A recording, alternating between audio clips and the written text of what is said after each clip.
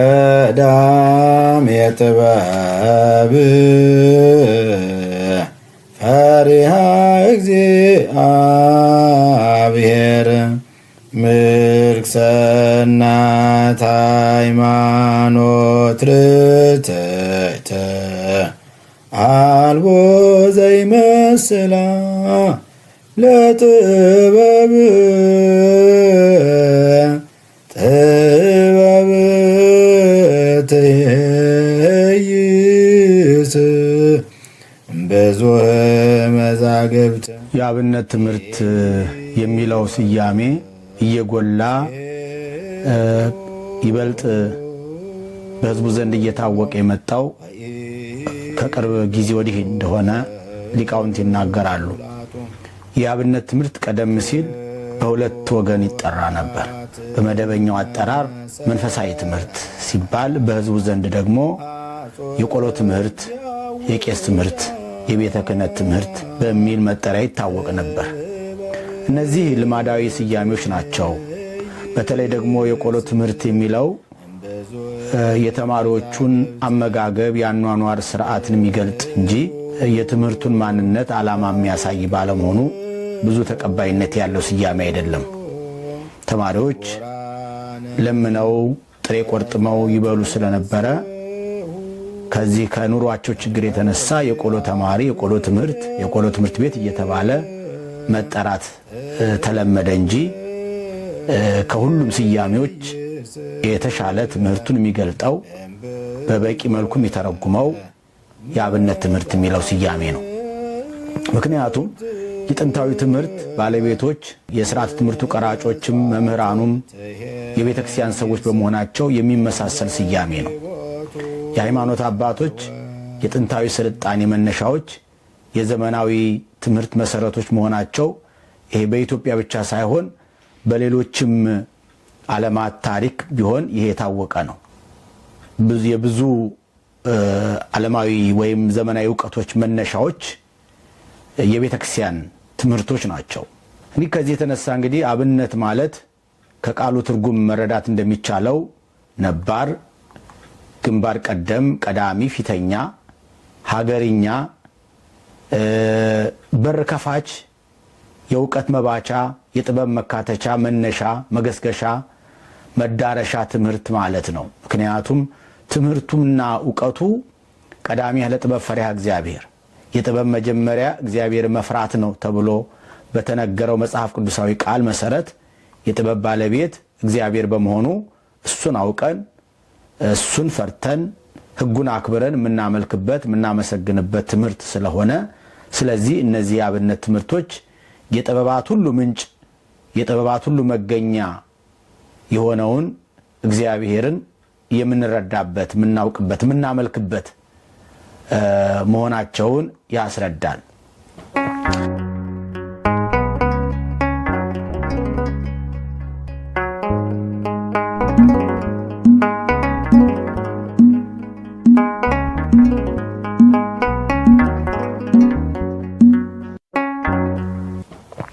ሌላው አብነት ማለት አርአያ፣ ምሳሌ፣ ምስክር ማለት ነው። ለምሳሌ አንድ ሰው ለሌላው አስተማሪ፣ ቀዳሚ፣ መንገድ ጠቋሚ ሲሆን ያ ሰው አብነት ሆነ ይባላል። ታላቅ ለታናሽ ወንድሙ አብነት ሊሆን ይችላል። ሕግ በማክበር ለሌላው አርአያ መሆን ይቻላል። ያን ጊዜ አብነት ሆነ ይባላል። ጥበበኛው ሲራክ ሲናገር ወሄኖክ አስመሮ ለእግዚአብሔር ወሃቦ ወኮነ አርአያ ለዓለም ከመይነስሁ። ሄኖክ እግዚአብሔርን ደስ አሰኘው፣ እግዚአብሔርም እርሱን ከሞት ሰወረው፣ ንስሐ ይገቡ ዘንድ ንስሐ ለሚገቡት አብነት ሆነ በማለት አብነት ማለት ለሌላው ምሳሌ፣ አርአያ፣ ማሳያ ማለት እንደሆነ ይነግረናል መጽሐፈ ሲራክ ምዕራፍ 44 ከቁጥር 16። ስለዚህ የአብነት ትምህርት ስንል በዓለም ላይ ላሉት መልካም ትምህርቶች ወይም በጎ ዕውቀቶች መነሻ አርአያ ማለት ነው። ማንኛውም መንፈሳዊ ትምህርቶች፣ ዕውቀቶች መነሻቸው እንደሚታወቀው መጽሐፍ ቅዱስ ነው። ለስነ ምግባር መቃናት፣ ለስጋም ሆነ ለነፍስ ስኬት ስምረት የተጻፉ መጻሕፍት ስርወ ግንዳቸው መጽሐፍ ቅዱስ ነው። ሐዋርያው ቅዱስ ጳውሎስ ለደቀ መዝሙሩ ለጢሞቴዎስ በላከለት መልእክቱ ላይ የእግዚአብሔር መንፈስ ያለበት መጽሐፍ ሁሉ ለትምህርትና ለተግሳጽ፣ ልብን ለማቅናት፣ በጽድቅ ላለው ምክር ሁሉ ደግሞ ይጠቅማል ያለው እግዚአብሔር እንድንታነጽበት ወዶ ፈቅዶ በወዳጆቹ በኩል ጽፎ የሰጠን መጽሐፍ ሁሉ ለሕይወታችን ጠቃሚ እንደሆነ ተናግሯል። ሁለተኛ ጢሞቴዎስ ምዕራፍ 3 ቁጥር 17 ላይ እንግዲህ መጽሐፍ ቅዱስን በዓለም ላይ እጅግ ብዙ መጻሕፍትን ቢኖሩ በሐሳብ ልዕልና፣ በዘመን ተሻጋሪነት፣ በቅድምና መጽሐፍ ቅዱስን የሚያክል የለም፣ ወይም ከመጽሐፍ ቅዱስ የሚቀድም የለም። ከዚህ የተነሳ ሊቃውንት በሳይንሳዊ፣ በፖለቲካዊ፣ በኢኮኖሚያዊና በማህበራዊ ጉዳዮች ላይ ለተጻፉ መጻሕፍት የታሪክ የሐሳብ ቅድምና የነበረው ስለሆነ መጽሐፍ ቅዱስን የመጻሕፍት ሁሉ ባንክ ብለው ይጠሩታል። ምክንያቱም ባንክ ሁላችሁም እንደምታውቁት ገንዘብ ሁሉ የሚመነዘርበት የሚዘረዘርበት ተቋም ነው። መጽሐፍ ቅዱስም የተጻፈበት ዓላማው የእግዚአብሔርንና የሰውን ግንኙነት ማሳየት ማስመር ቢሆንም ሰዎች ሐሳቡን፣ ታሪኩን፣ ኃይለ ቃሉን ለተለያዩ ታሪካዊና ስነ ጥበባዊ ማጣቀሻ መነሻ ሲያደርጉት ኖረዋል። ይሄ አንዱ ነው። ሌላው ሶስተኛ አብነት ማለት ቃሉን ለሁለት ከፍለን ስናየው አብነት አብ አባትነት ማለት ነው። ሐዋርያው ቅዱስ ጳውሎስ አባት አባት ብለን የምንጮህበትን የልጅነት መንፈስ ተቀበላችሁ እንጂ እንደገና ለፍርሃት የባርነት መንፈስ አልተቀበላችሁም ብሎ እንደተናገረው አባታችን ሆይ ብለን የምንማጸንበት የአባታችንን የእግዚአብሔርን አባትነት ከሃሊነት የምንረዳበት ትምህርት ስለሆነ የአባትነት ትምህርት ማለት ነው። ይሄ ሌላው ትርጉም ነው። ሌላው አብነት ማለት ፍቱን መድኃኒት ማለት ነው። መንፈሳዊ ትምህርትም ለስጋም ለነፍስም ለምድራዊ ሕይወትም ለሰማያዊ ሕይወትም መድኃኒት ነውና አንድም የጠለቀ ትምህርት፣ የረቀቀ እውቀት፣ የምስክር ትምህርት ማለት ነው። እንግዲህ በአጠቃላይ የአብነት ትምህርት ከአባት የተገኘ ከአበው የተወረሰ ከጥንት የነበረ የማንነት መገለጫ በራስ ቋንቋ፣ በራስ ፊደል፣ በራስ ስርዓተ ትምህርት የሚሰጥ ከትውልድ ወደ ትውልድ የተላለፈ ትምህርት የሚሰጥበት ትምህርት ቤት ምን ይባላል? የአብነት ትምህርት ቤት ይባላል። የአንድን ሀገር ጥንታዊ ስነ ጥበብ፣ ስነ ፊደል፣ ስነ ዜማ፣ ስነ ባህል፣ ስነ ስርዓት፣ ሃይማኖት፣ ታሪክ፣ ለዛ፣ ዘዬ፣ ወግ፣ ማዕረግ በልዩ ልዩ አቀራረብ ሀገር በቀል በሆኑ ሊቃውንት በሀገር ቋንቋ፣ በሀገር ፊደል እንዲሁም በሀገርኛ ያስተምሮ ስልት የሚያቀርብ ትምህርት ቤት የአብነት ትምህርት ቤት ይባላል። የአብነት ትምህርት ቤት ሀገር በቀል ቢባልም ነገር ግን ዓለም አቀፋዊ እውቀትን የሚያንጸባርቅ ዓለም አቀፍ ይዘት ያላቸው ትምህርቶችን በሀገራዊ ደረጃ የሚያቀርብ ትምህርት ቤት ነው። በአብነት ትምህርት ቤት ከፍተኛ ድካም ደክመው የተማሩ የቤተ ክርስቲያን ምሁራን ዘመናዊ በሆነ መልኩ የሚሰጠውን ትምህርት ሲማሩ በአብነት ትምህርት ቤት ያገኙትን እውቀት እያገናዘቡ ሲያቀርቡት በጣም የተለየ ስኪል የተለየ ችሎታ ያላቸው ይሆናሉ። በዘመናዊ ትምህርት ቤት ብቻ አልፈው በነገረ መለኮት ትምህርት ቤት በሚማሩ መምህራንና በአብነት ትምህርት ቤት አልፈው በነገረ መለኮት ትምህርት ቤቶች ገብተው በሚማሩ መምህራን በማገናዘብ ነገሮችን በመረዳት አጣርቶ አጥንቶ በመውጣት በአንደበተ ርቱዕነትም ጭምር መጠነኛ ልዩነቶች አሉ።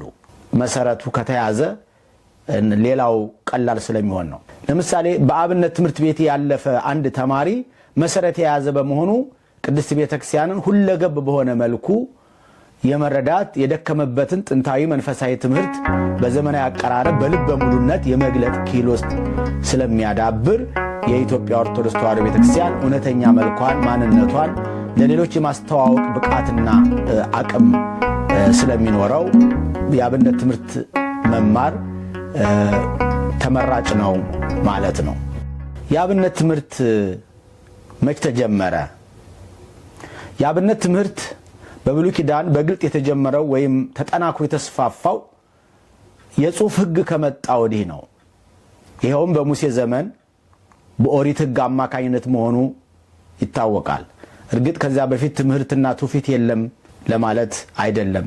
ምንም እንኳን ይህንን አድርግ ይህን አታድርግ የሚል የታወቀ መጽሐፍ እና እንደዚሁም የሚያስተምር መምህር ባይኖርም በሕገ ልቡና ከአዳም ሲወርድ ሲያያዝ የመጣው ሃይማኖትና ትውፊት ለልጆቻቸው የሚያስተምሩ ነበሩ። በኑሯቸው ፍሬ እንጂ ከዚህ እስከዚህ ተብሎ ሕግ ወጥቶለት ሰዓት ተሰፍሮለት የሚሰጥ የታወቀ የረቀቀ የጠለቀ ትምህርት ባለመኖሩ መደበኛ የአብነት ትምህርት ተጀመረ ተብሎ አፍን ሞልቶ መናገር የሚቻለው ከሊቀ ነቢያት ከሙሴ ወዲህ ነው። ስለዚህ በብሉይ ኪዳን የአብነት ትምህርት ጀማሪው ወይም ለአብነት መምህራን አብነታቸው ሙሴ ነው ማለት እንችላለን። ሙሴ በደብረ ሲና 40 ቀን ቆይቶ 10ን ሕግጋት ከእደ እግዚአብሔር ወይም ከእግዚአብሔር እጅ ከተቀበለ በኋላ እነዚህን ሕግጋትንና ሌሎችንም የነገረ መለኮት የሥነ ፍጥረት የታሪክ ትምህርቶችን የያዘ መጻሕፍትን ጽፎልናል። እነዚህም 5ቱ ብሔረ ኦሪት ተብለው ይጠራሉ። ኦሪት ዘፍጥረት፣ ኦሪት ዘጸአት፣ ኦሪት ዘሌዋውያን፣ ኦሪት ዘሁልቅ፣ ኦሪት ዘዳግም። እነዚህ የሕግ መጻሕፍት ሙሴ ለአሮንና ለልጆቹ እንዲያስተምራቸው ያዘዘው ሲሆን እንግዲህ ከዚያ ሲወርድ ሲያያዝ በአይነቱም በይዘቱም እየተጠናከረ እየተስፋፋ ሄዷል። በተለይ ደግሞ በአራቱ ክፍለ ዘመን ማለትም በዘመነ መሳፍንት፣ በዘመነ ነገሥት፣ በዘመነ ነቢያትና በዘመነ ካህናት ይበልጥ የብሉይ ኪዳን የአብነት ትምህርት ተጠናክሮ እንደቀጠለ መጻሕፍት ይመሰክራሉ። ሊቃውንትም የሚያስተምሩት ነገር ነው። መጻሕፍቱም ቢሆን እየጨመሩ ሄደዋል። ትምህርቱን ለማጠናከር ለዚህ ዓላማ ብቻ የተመደቡ 2 ቡድኖችም ነበሩ።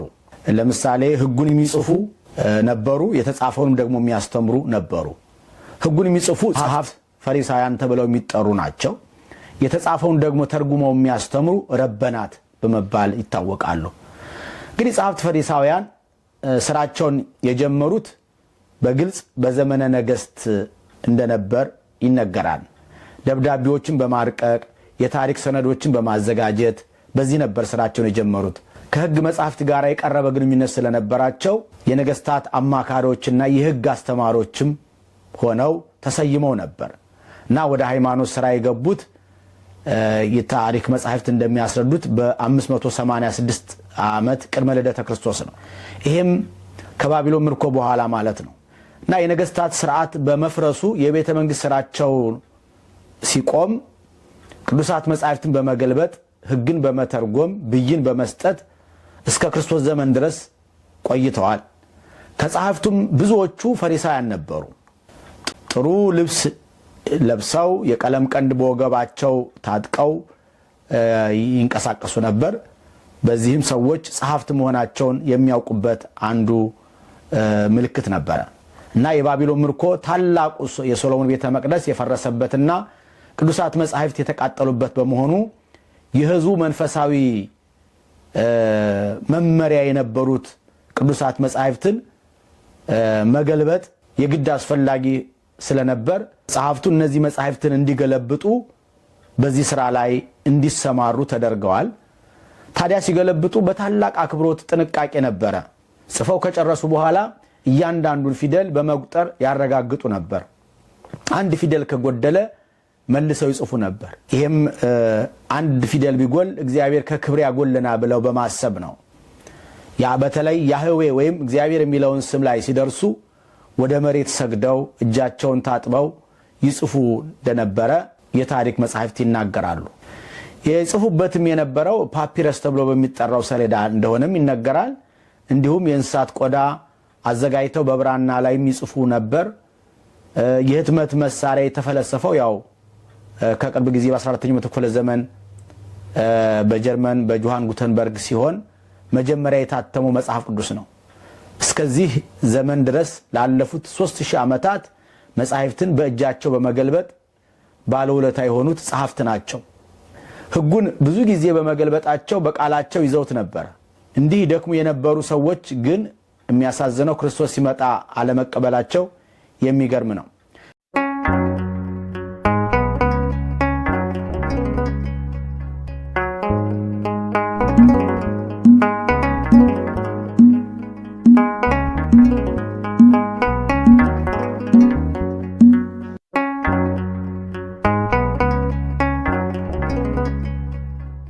ሌሎቹ እንግዲህ ረበናት ናቸው። ረበናት ከስምንቱ ማህበራን አይሁድ አንዱ ሲሆኑ ረበናት ቃሉ የዕብራይስጥ ነው። ትርጉሙ መምህራን ማለት ነው። በነጠላ ሲሆን ረቢ ይላል። ረቢ ሰገደ በመንፈቀ ሌሊት ለረቢ አኮኑ አጽባይት ምና አጽባይት አቢ ይላል ባለቅኔ። መምህር ለመምህር ሰገደ፣ ምክንያቱም ከጣጣት ይበልጣል እንደማለት ነው። እና በአጠቃላይ ረቢ የሚለው ቃል ጌታ፣ አለቃ፣ ሹም፣ መምህር፣ ሊቅ፣ ሽማግሌ፣ መኮንን እንደማለት ነው። ማርያም መግደላዊት ጌታችን ኢየሱስ ክርስቶስ ከሙታን ተነስቶ በተገለጠላት ጊዜ ረቡኒ ብለው ነበር። መምህሬ፣ ጌታዬ ማለቷ ነበር። እና ረበናት አለቆች፣ ብልሆች፣ አዋቂዎች፣ ሊቃውንት፣ ሹማምንት ናቸው። የኦሪቱን ሕግ እየተረጎሙ እያመሰጠሩ ለሕዝቡ የሚያስተምሩ ተጠያቂ መምህራን ናቸው። ሕግጋትን፣ ስርዓተ አምልኮትን፣ አገልግሎትን፣ ሃይማኖታዊና ባህላዊ ስርዓቶችን በተመለከተ የሚጠየቁት መጀመሪያ ረበናት ናቸው። የአይሁድ እምነት፣ ሕግ፣ ባህል እንዳይፈርስ እንዳይጣስ ጠንቅቀው መጠበቅ ማስጠበቅ ከፍተኛ ኃላፊነት የተሰጣቸው ለረበናት ነበረ። ለምሳሌ ኒቆዲሞስን ብንመለከት ኒቆዲሞስ ኦሪትን ተምረው የሚያስተምሩ የታወቁ ሊቃውንት ከሆኑት ከረበናት አንዱ ነበር። ጻፎችና የካህናት አለቆች ጌታን ለመያዝ የሙሴ ፈጣሪ መሆኑን ባለማወቃቸው እንደ ሙሴ ሕግ ሊያስፈርዱበት ይፈልጉት ነበር እና የካህናት አለቆች ተሰብስበው ክርስቶስን ለመያዝ በሚመካከሩ ጊዜ ከሙሴ መጻሕፍት ሕግ ጠቅሶ ሊቃውንተ ኦሪትን አፋቸውን ያስያዘው ከረበናት ወገን የሆነው ኒቆዲሞስ ነበረ። ከዚህ የተነሳ ሳይስማሙ ወደ ቤታቸው እንዲበታተኑ አድርጓቸዋል። ወንጌላዊ ቅዱስ ዮሐንስም መዝግቦልናል። ከነሱ አንዱ በሌሊት ወደ ጌታችን ኢየሱስ የሄደው ኒቆዲሞስ ሕጋችን አስቀድሞ ከእርሱ ሳይሰማ የሰራውንም ሳያውቅ በሰው ይፈርዳልን አላቸው ይላል። ከዛ ፈሪሳውያን ምን አሉት? አንተ ከገሊላ ነህን? ከገሊላ ነቢይ እንደማይነሳ ምርምርና ያሉት። ሁሉም እያንዳንዳቸው ወደ ቤታቸው ሄዱ በማለት ያጠፋው ጥፋት ሳይጠና ቀኝ ግራ ሳይታይ እንዲሁ ሰውን በከንቱ መወንጀል እንደማይገባ ይህንንም ሕገ ኦሪት እንደማትፈቅድ በመናገር ጸሐፍት ፈሪሳውያን በዚህ አፍረው ወደ የቤታቸው ተበታተኑ። ዮሐንስ ወንጌል ምዕራፍ 7 ቁጥር 51 ላይ ይህንን ቃል እናገኘዋለን። ስለዚህ ረበናት ሕገ ኦሪትን በማስተማር በመተርጎም የታወቁ የአብነት መምህራን ነበሩ። እርግጥ የአብነት ትምህርት ቤቱ በትርጓሜ ብቻ የተወሰነ ሳይሆን በዜማም ጭምር ደግሞ የታወቀ ነበር።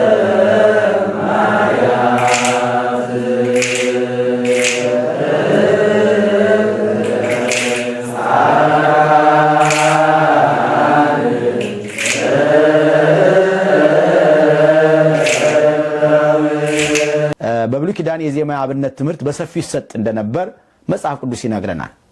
የዜማ ትምህርት አጀማመሩ እንደ ትርጓሜ ቤቱ የሚጀምረውም ከሙሴ ነው። አሰጣጡንም በአራቱ ክፍለ ዘመን ከፍለን ልናየው እንችላለን። ለምሳሌ የዜማ ትምህርት በዘመነ መሳፍንት ምን ይመስላል የሚለውን በአጭሩ ስንመለከት ዘመነ መሳፍንት ከሙሴ እስከ ሳኦል ያለው ዘመን ነው። በዘመነ መሳፍንት እስራኤላውያን ከግብፅ ባርነት ተላቀው ወደ ሀገራቸው ወደ ከነዓን በሚያደርጉት የነጻነት ጉዞ ላይ ውሃ በጠማቸው ጊዜ በሙሴ አማካኝነት ውሃ ከዓለት እያፈለቀ ያጠጣቸው ነበር። ሕዝቡም ሲጠማቸው ከመጠጣታቸው በፊት ይዘምራሉ፣ ከጠጡም በኋላ ይዘምራሉ። ሊቀ ነቢያት ሙሴ ይህንን መነሻ አድርጎ መዝሙሩን የሚያስጠኑ መዘምራን እንደሰየመና የተጠናውም መዝሙር ለልጅ ልጅ እንዲተላለፍ በጽሑፍ እንዲሰፍር መመሪያም ሰጥቶ ነበር።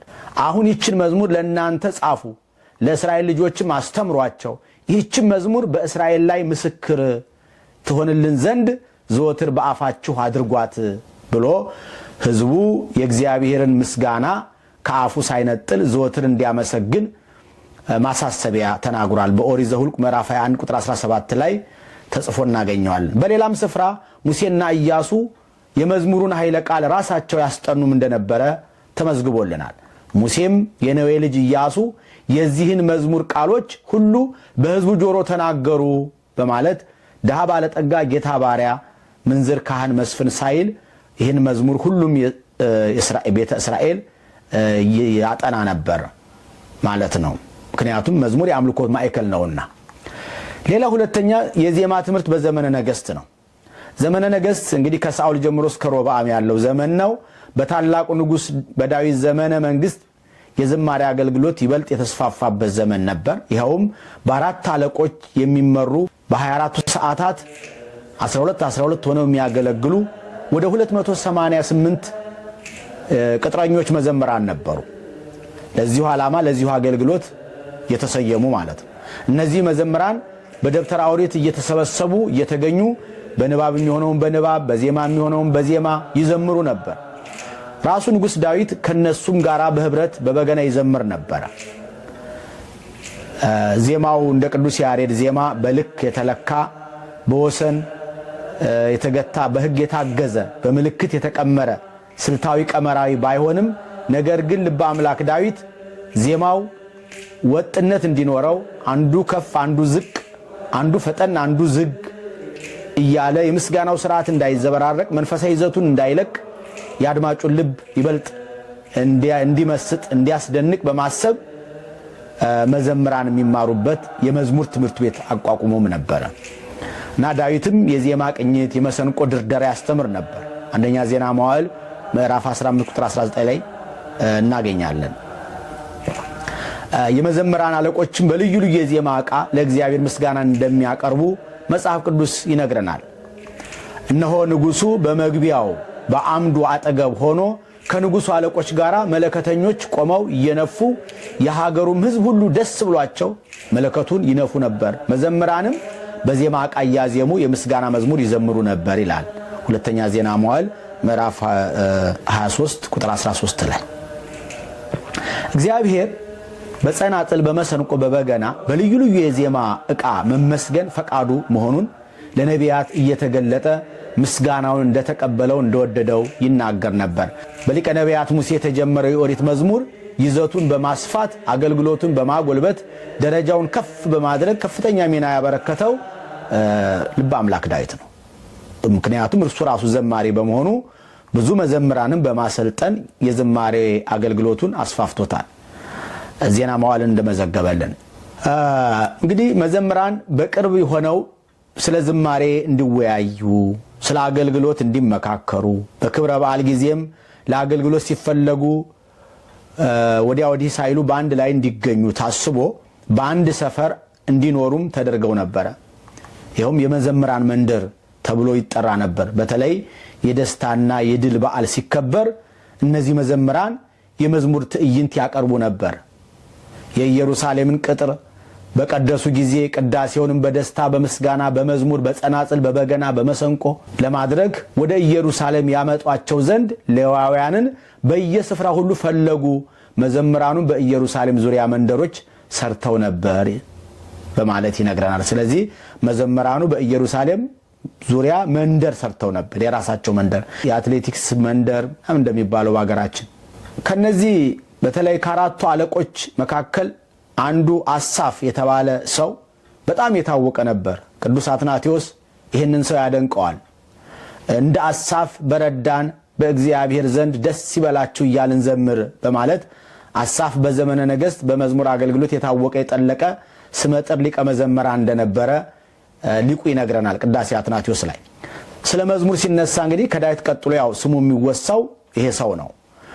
የተክለ ሃይማኖት ደራሲም ከመአሳፍ ወኤዶትም እለቀደሙ ታውቆ እዜምር ለከ በመሰንቆ አሃሊ ለከ በመሰንቆ፣ ቀደም ብለው እንደሚታወቁት እንደ አሳፍና እንደ ኤዶትም በመሰንቆ አመሰግናለሁ በማለት ዘምሯል። እና እነዚህ አለቆች ሌሊትና ቀን የሚሰሩ ስለሆኑ ከማንኛውም ማህበራዊ ስራ ነፃ ሆነው ቤት ተሰጥቷቸው በቤተ መቅደስ ዙሪያ ይኖሩ ነበር። እና የዳዊት መዝሙር ዛሬ በተለያዩ ዕለታት እንደሚዘመሩ ሁሉ ያን ጊዜም በተለያዩ በዓላት ይዘመሩ ነበር። ለምሳሌ በበዓለ ፋሲካ፣ በበዓለ ዳሂስ፣ በሰንበት፣ በመባቻ ቀን፣ በአጠቃላይ በአይሁድ አበይት በዓላት ቀን ልዩ ልዩ የዝማሬ አገልግሎት ይቀርብ ነበረ።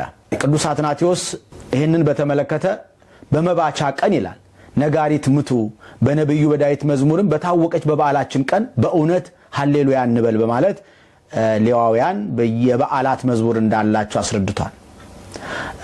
ቅዱስ ያሬድም በድጓውም ይህንን ዘክሯል። ሆረ ዳዊት ንጉሥ እምኀበ ሳኦል ወበጽሐበ አውቴዝራማ ወተቀኔ በመዝሙር ወመሰንቆ፣ ከንጉሥ ሳኦል ሸሽቶ አውቴዝራማ ወደሚባል ቦታ ሄደ፣ በዚያም በመዝሙርና በበገና ተቀኘ በማለት ነቢዩ ዳዊት በአውቴዝ ራማ እግዚአብሔር እንዳመሰገነ ሊቁ ተናግሯል።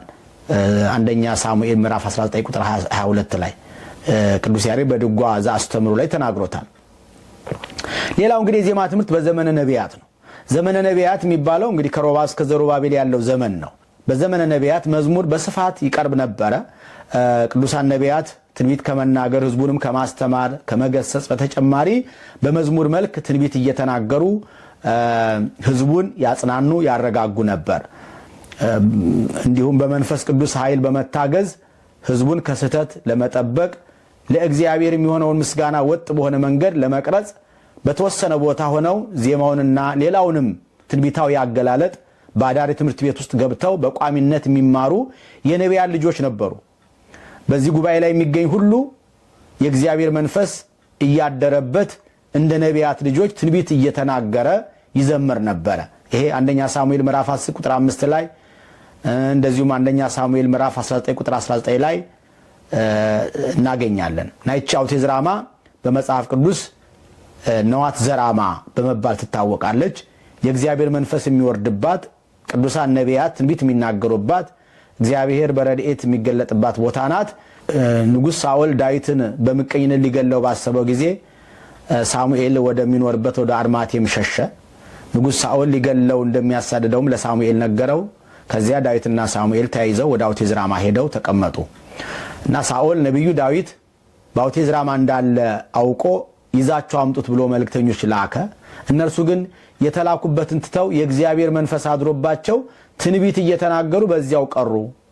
ለሁለተኛም ጊዜ ለሶስተኛም ጊዜ ሌሎች መልእክተኞችን ቢልክም እነርሱ ግን የእግዚአብሔር መንፈስ በላያቸው እየወረደ ትንቢት እየተናገሩ በዚያው በአውቴዝ ራማ ቀርተዋል። አውቴዝ ራማ እንግዲህ የቤተክርስቲያን ምሳሌ ናት። አውቴዝ ራማ ለክፋት የመጡትን ልባቸውን ወደ በጎነት እየመለሰች ለትንቢት አገልግሎት እንደምታስቀር ቤተክርስቲያንም ከነ ኃጢአታቸው የመጡትን ምእመናን የኃጢአታቸውን ሸክም አውርዳ ጭንቀታቸውን አስወግዳ በፍቅረ እግዚአብሔር በስጋው ደሙ ታስቀራለች። አውቴዝ ራማ ዳዊት ከጠላት እንዳመለጠባት ከሞት እንደዳነባት ሁሉ ቤተክርስቲያንም ምእመናን ከዲያብሎስ ጥቃት ከነፍስም ሆነ ከስጋ ሞት ይድኑባታል። አውቴዝ ራማ የእግዚአብሔር መንፈስ የሚወርድባት ትንቢት የሚነገርባት እንደሆነች ሁሉ ቤተክርስቲያንም እግዚአብሔር በመንፈስ በአካል የሚወርድባት ቃለ እግዚአብሔር የሚነገርባት መላእክት የሚወጡባት የሚወርዱባት ቅድስት ቦታ ናት። ሌላው አራተኛ የዜማ ትምህርት በዘመነ ካህናት ነው። ዘመነ ካህናት የሚባለው ከዘሩባቤል እስከ ክርስቶስ ያለው ዘመን ነው። በዘመነ ካህናትም የመዝሙር አገልግሎት እንዳልተቋረጠ መጽሐፍ ቅዱስ ይነግረናል።